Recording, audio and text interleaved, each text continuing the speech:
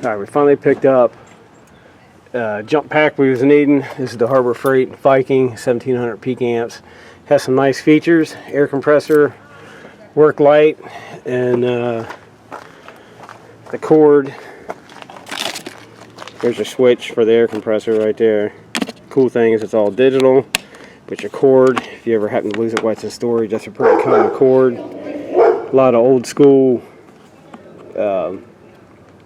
printers, laptops, gaming systems had that cord, so if you ever lose it for some reason, you don't have to pay a fortune to get it replaced. You might go to a thrift store and find it.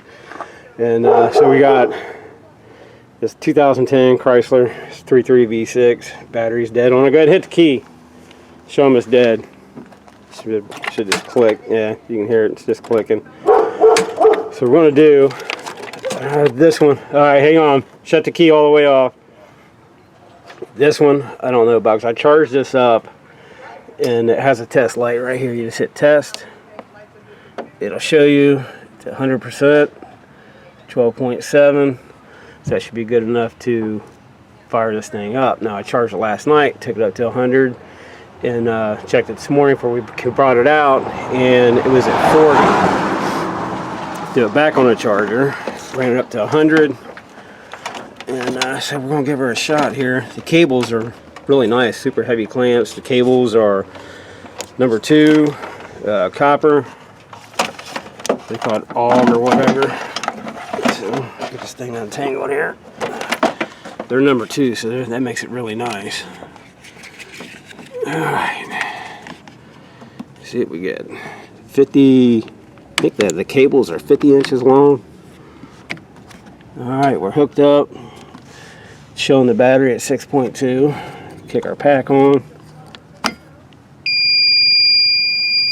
And there we go. There's our alarm going off, which is stating that there's an issue. Go ahead and hit the key, Junior. So there we go. Nothing. Alright, shut the key off. So we just turn it off. Unhook our cables, which are actually I'm supposed to unhook the negative first. Take a look at our pack here. Hit test. We are 11.9 volts, 12 volts, 25%. So you guys seen it. You get, this thing ain't cheap. It's $179.99. If you get the extra warranty, that's another additional 60-some bucks on it. So, like I said, now we're at 30%, 12 volts. That should start this van, but it is designed that if it picks up an issue with your battery, that it will refuse to start the vehicle. It'll send out a warning sign that says possible there could be an issue, but that's the part I'm not like this. I mean, 12 volts, that should be enough to at least turn this over. 35, so I'll try it one more time just out of GP. Excuse me. Like I'm saying, it could definitely be something I'm doing wrong. I highly doubt it, but could be. I do love the cables though, so all else fails, I'll take this one back, get another one, and we'll try it again.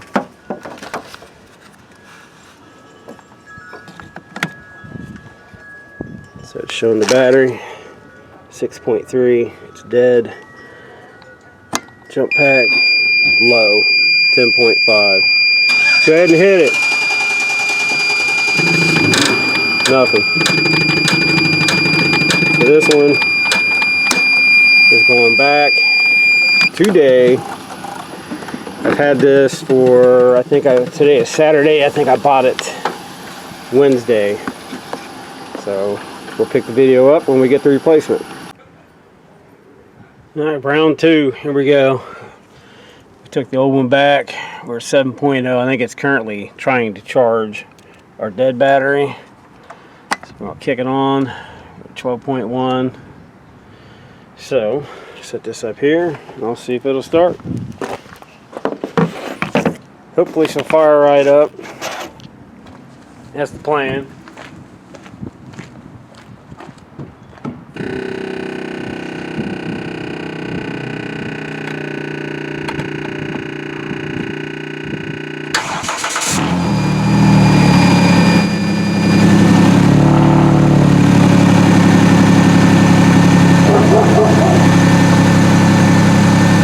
Success.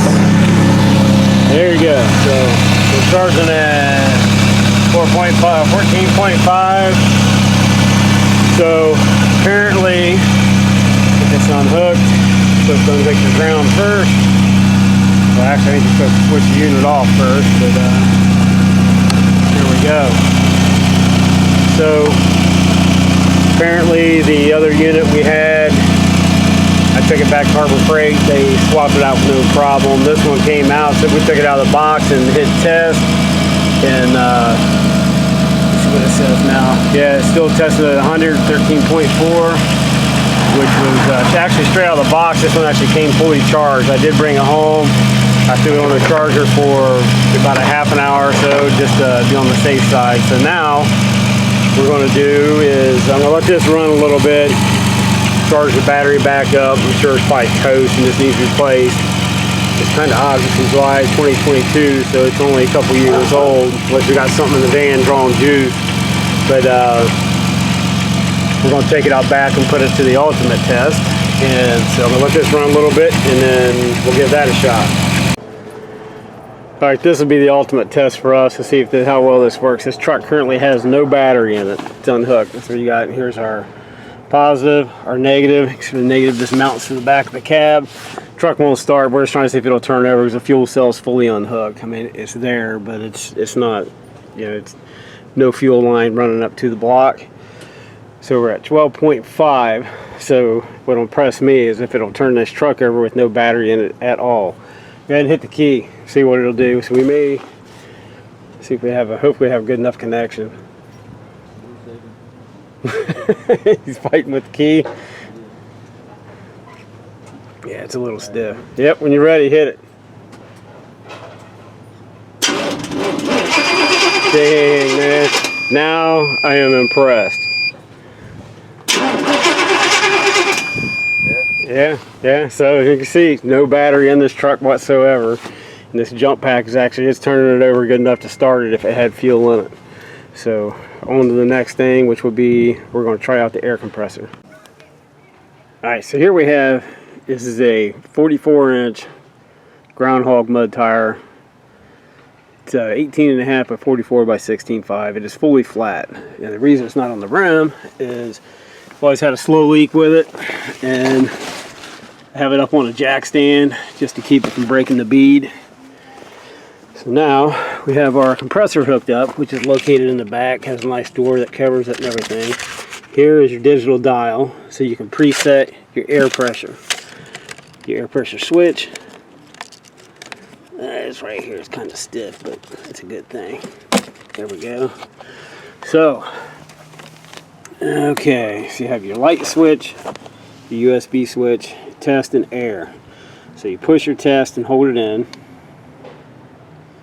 It'll go through the cycle of how much power it has. Then you'll see this dash, C dash. That's our air compressor. Here's your switch. We can kick it on. You can set your air pressure requirement whenever. So I'm just going to set it real quick to,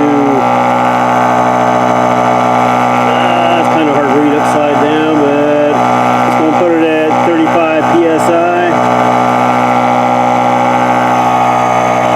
Nope, thought I had it. Yeah. Seems to be working good. It has a nice metal handle too. Some cheap plastic one. So we're at 5.5 pounds. Bump it up. There's 40. Now just leave it preset to 40. And then just keep an eye on it. Once it gets to 35.5, or actually it'll probably run it to 32. I think it's these are actually, I think they're 35 PSI, I think.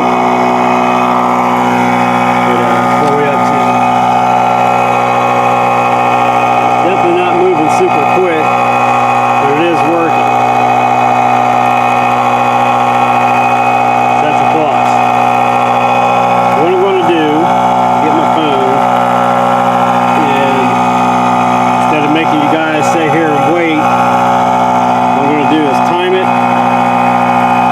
and see how long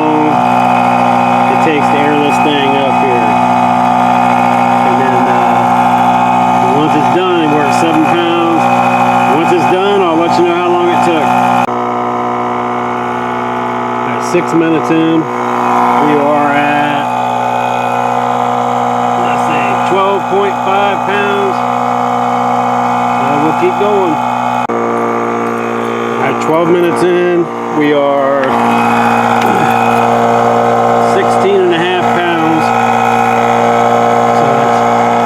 So that's something a little quicker, but this will have to work for now, so we'll just keep right on going. As you can tell, front axle assembly is up off the jack stand. We're not quite at the desired PSI yet, but it's starting to sprinkle and rain. You guys haven't seen him in a while. A lot bigger since last time I had him in the video. A lot bigger. He's about 10 months now. We are at 19.5 PSI. We've been going at it for, bring up the stopwatch here, 16 minutes, 18 seconds, and we're just getting ready to hit 20 PSI. So it works. Granted, this is a large tire, but at the same time, it's set to 32 PSI, so I mean, it'll get you out of a pinch. I'm just impressed with the starting power of it. He's eating French fries. This truck does not have a battery in it whatsoever. Which I just showed you the cables there. Anybody don't believe that, you can look at our previous videos of this truck where we've been slowly building it, and you will see where the battery does mount. Excuse me, on the back behind the fuel cell, or behind the cab by the fuel cell. So I'm impressed with it. As the first one we had must just been a dud, and this one doing it to it, man. It's and we're up to 20 psi. So unhooked the scared the dog. So there we go. So it's unhooked. It's still on air compressor. See, it's hit it, takes it off. So the only thing right now with it being off is your the power supply up here has constant power.